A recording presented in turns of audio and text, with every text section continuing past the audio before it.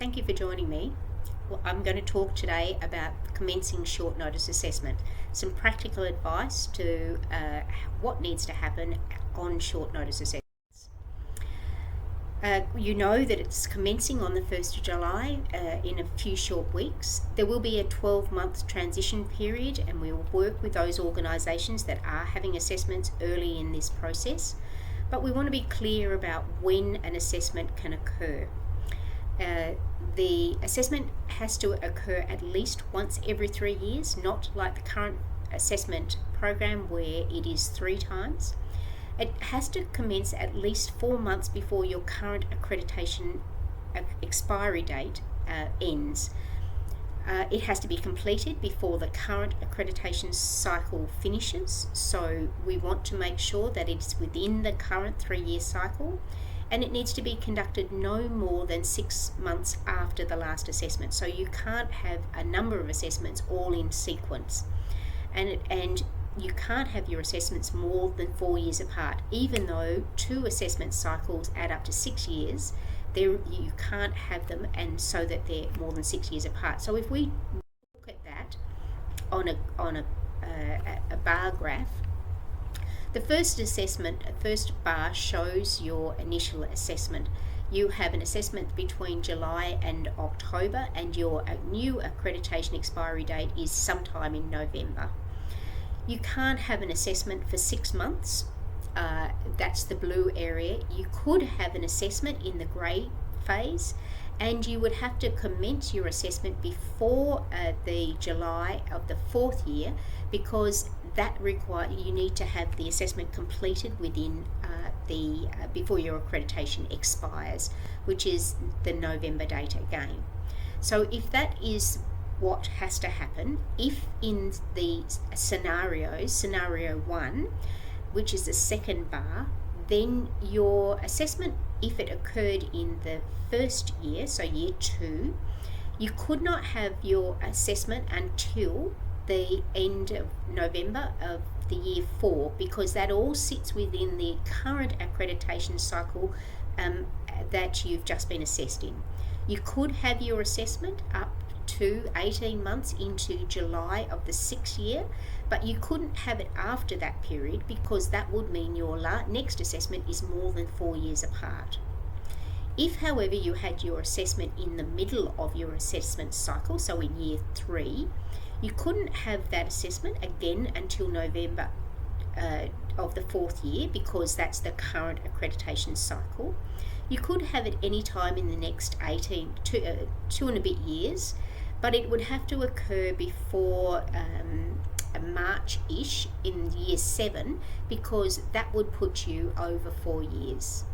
If, however, you had your assessment very late in your accreditation cycle, so in the example provided here, it starts in July, and it was completed within 4 months, then you couldn't have an assessment for the next 3 months, because they're still in the existing accreditation cycle.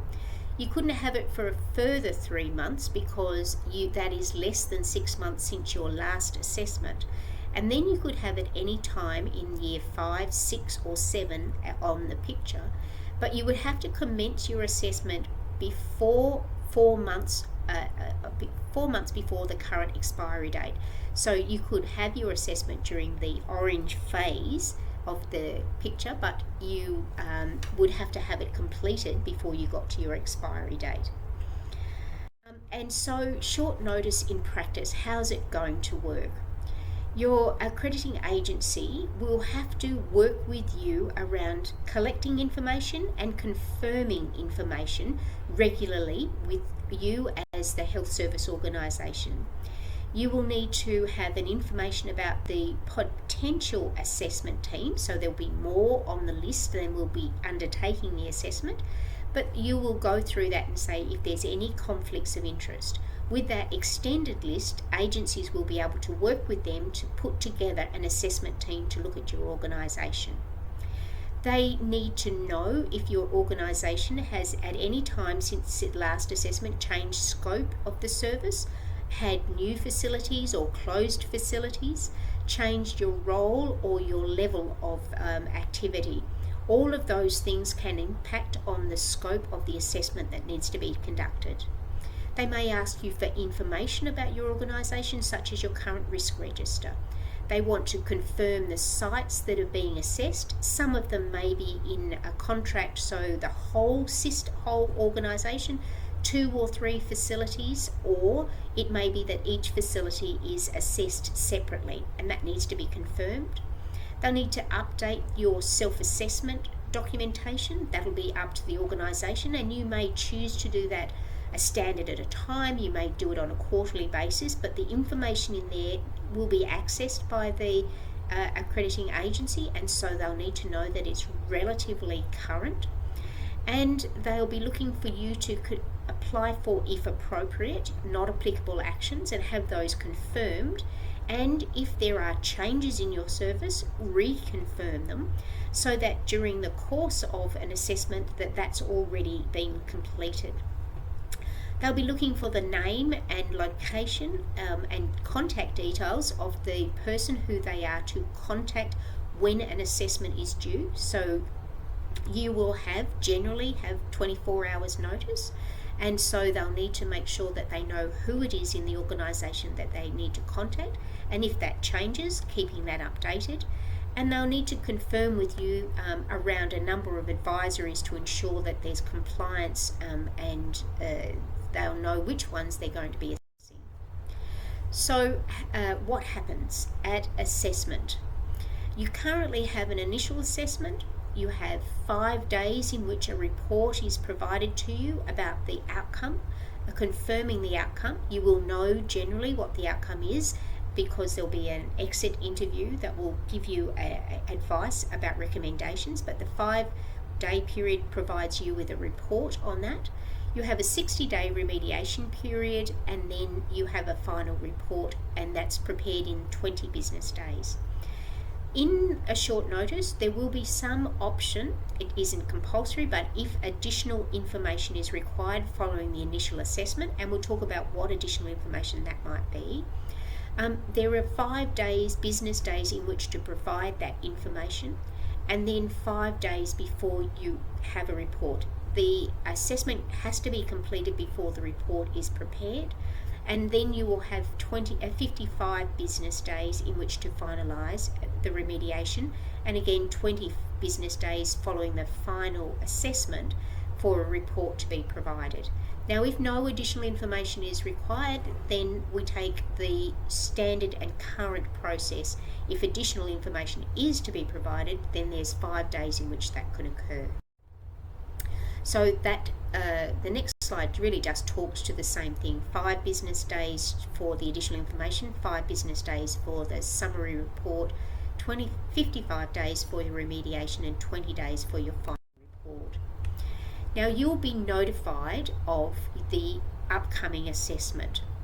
If you're, to clarify 24 hours, we say that if you're notified on a Monday, doesn't matter whether you're notified at 9 o'clock in the morning or 5 o'clock in the afternoon, 24 hours is the following day, business day, which is Tuesday.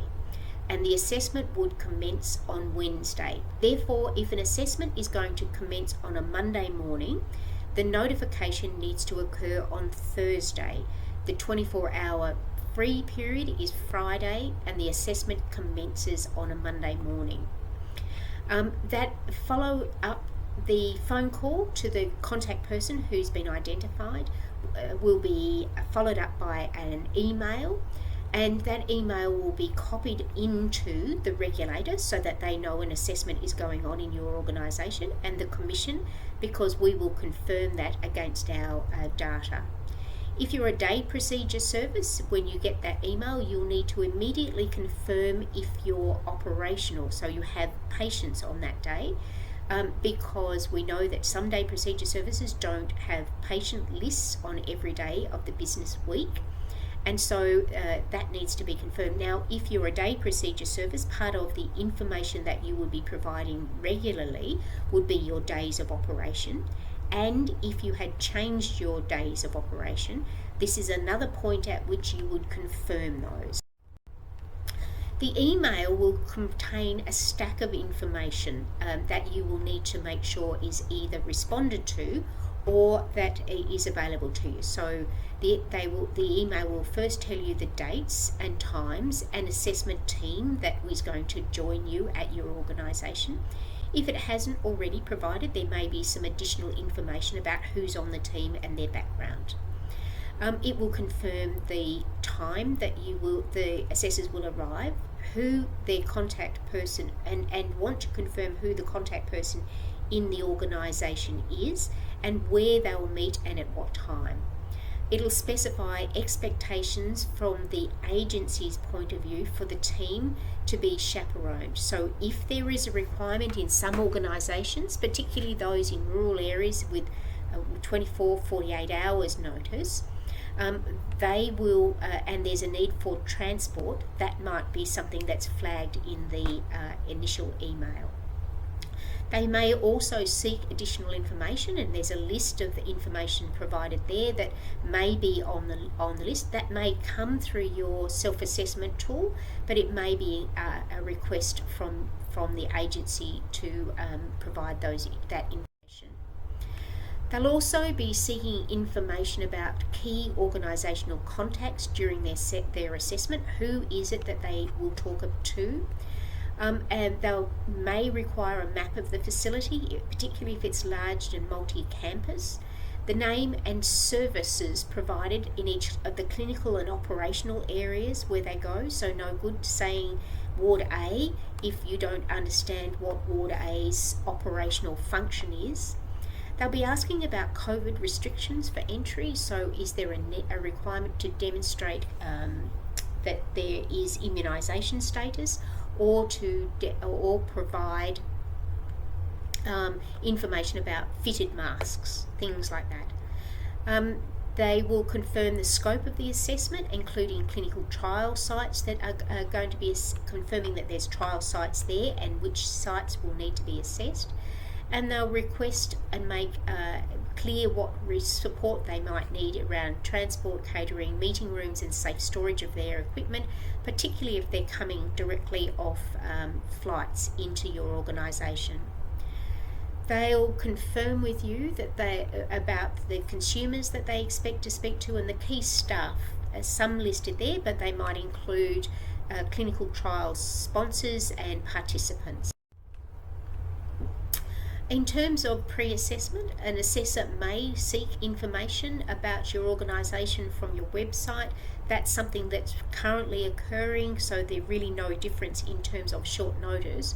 But in terms of a lead assessor, there's quite a number of things that they might be doing around timetabling. They'll need to make sure that each assessor is allocated to standards and they know what standards they're assessing. They'll need to make sure that the time being spent in operational areas is 75% or more. They'll need to identify the actions that are not applicable that need to be verified on site. So some actions can be awarded not applicable, but only if that's confirmed when the assessment occurs. Ensuring that there's flexibility in the timetabling to accommodate those people that they're going to need to speak to. They won't be rigidly set, so they'll be seeking information about when they're available so that they can be included in the assessment process, and they'll be looking to get information about their clinical trial sites, so those assessments can be conducted of the trial sites throughout the organisation. On entry to the service, the assessors are going to need to provide whoever they meet with their ID or letter of introduction or their information and an agency identification, so that you know the team that's turned up is the team that you were expecting. They'll be looking to confirm key contacts within the organisations for the duration of the assessment, because the person they've sent the email to, the person who meets them at the front door, may not be the same person who is in fact key for them to participate in the assessment.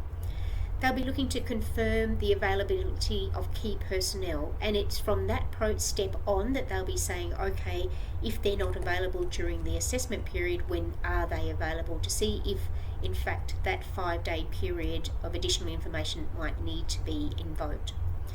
They'll be providing the organisation with a copy of the timetable so they understand, but recognising that it will not be as structured as it previously was, and there'll need to be flexibility to allow assessors to get around the organisation and see the people that need to be interviewed. They'll be confirming with the health services the times that activities occur where they would probably like to participate or observe. So the times theatres are operating, ambulatory clinics are open, or handover occurs. And they'll be looking for what's the process if they need additional information during the assessment. The time in the operational is 75%. The operational areas is 75%, and operational areas includes clinical wards, sterilising areas, but also areas where clinical governance processes are managed. So it isn't intended that this make it impossible, and we recognise that clinical governance processes like board meetings, like incident management, credentialing, all happen outside of clinical wards. But the remaining time is not intended to be used for meetings.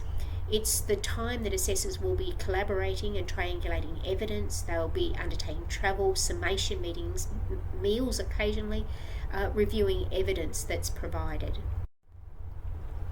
At assessment, the process will be somewhat different because assessments will commence out in clinical areas. They won't have the same contextual information that's provided at presentations because there is now no presentations. Assessors will go directly from the front door out into those clinical areas. So you can see why it'll be important for them to understand the operation and names and locations of those areas.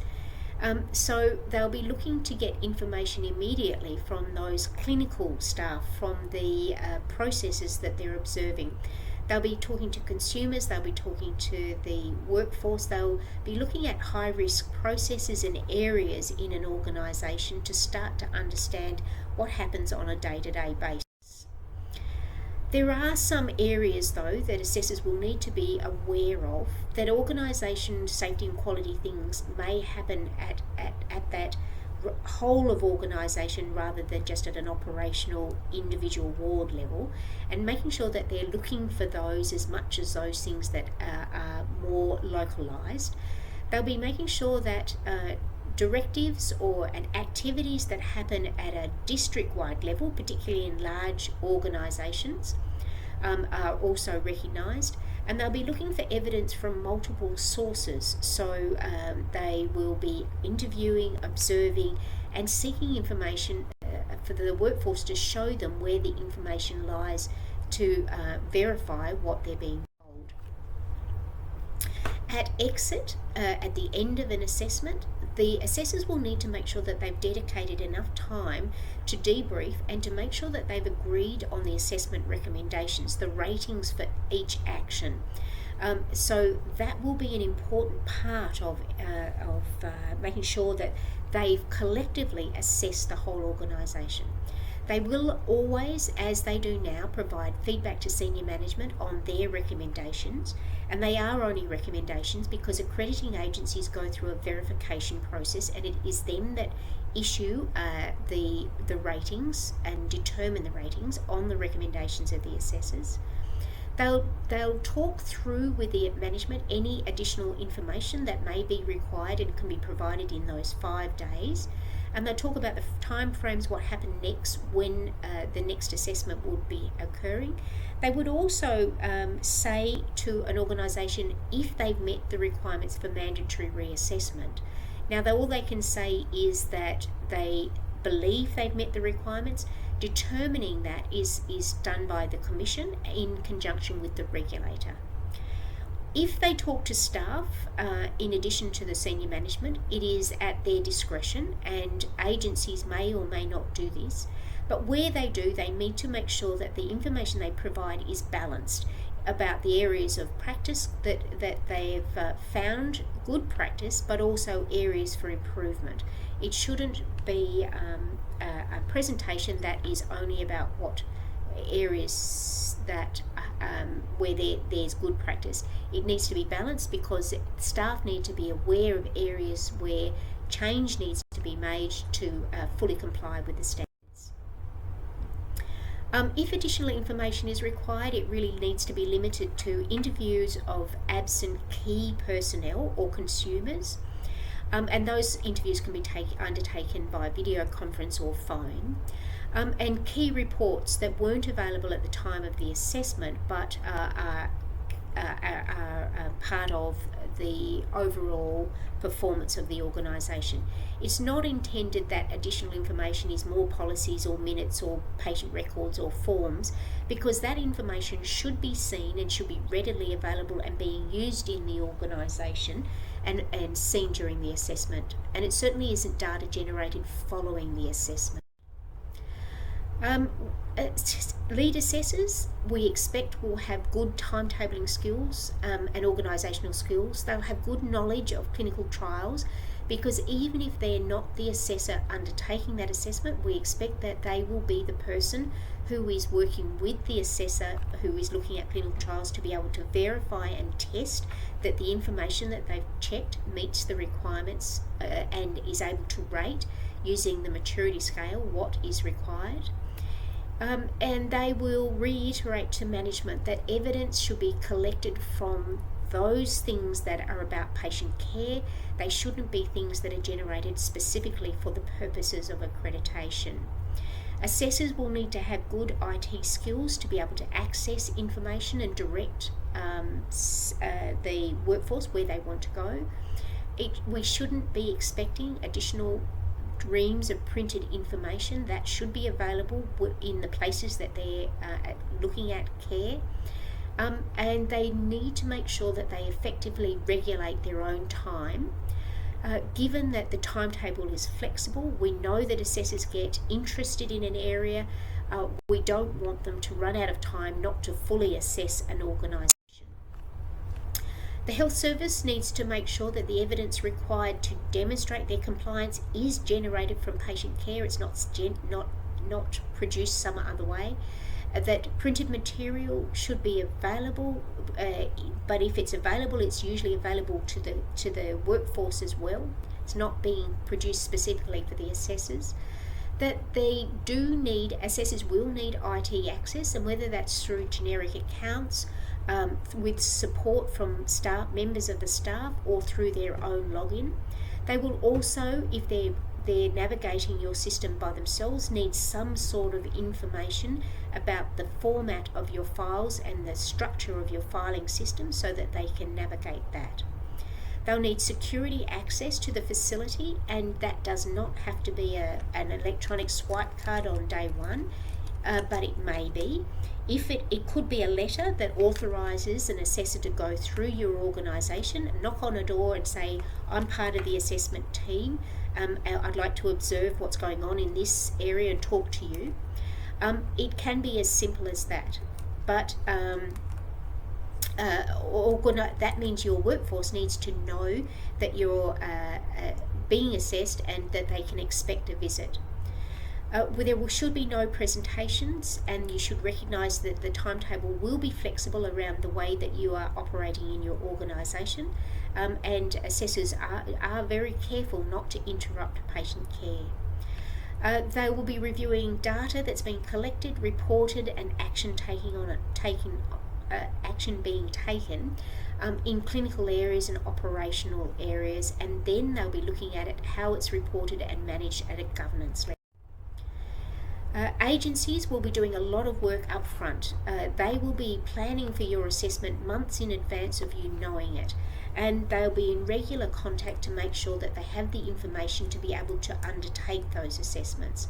They'll be working with you around changes to your contract so that that information and what's known and what's expected of you is clear to you up front. The Commission will also be working to provide online support and resources. Some are already available. They'll continue to grow as we recognise what needs to be there and what will help people. We have an advice centre that you're welcome to use at any time, And if during an assessment there's questions raised or differences of opinion, there is a mediation service.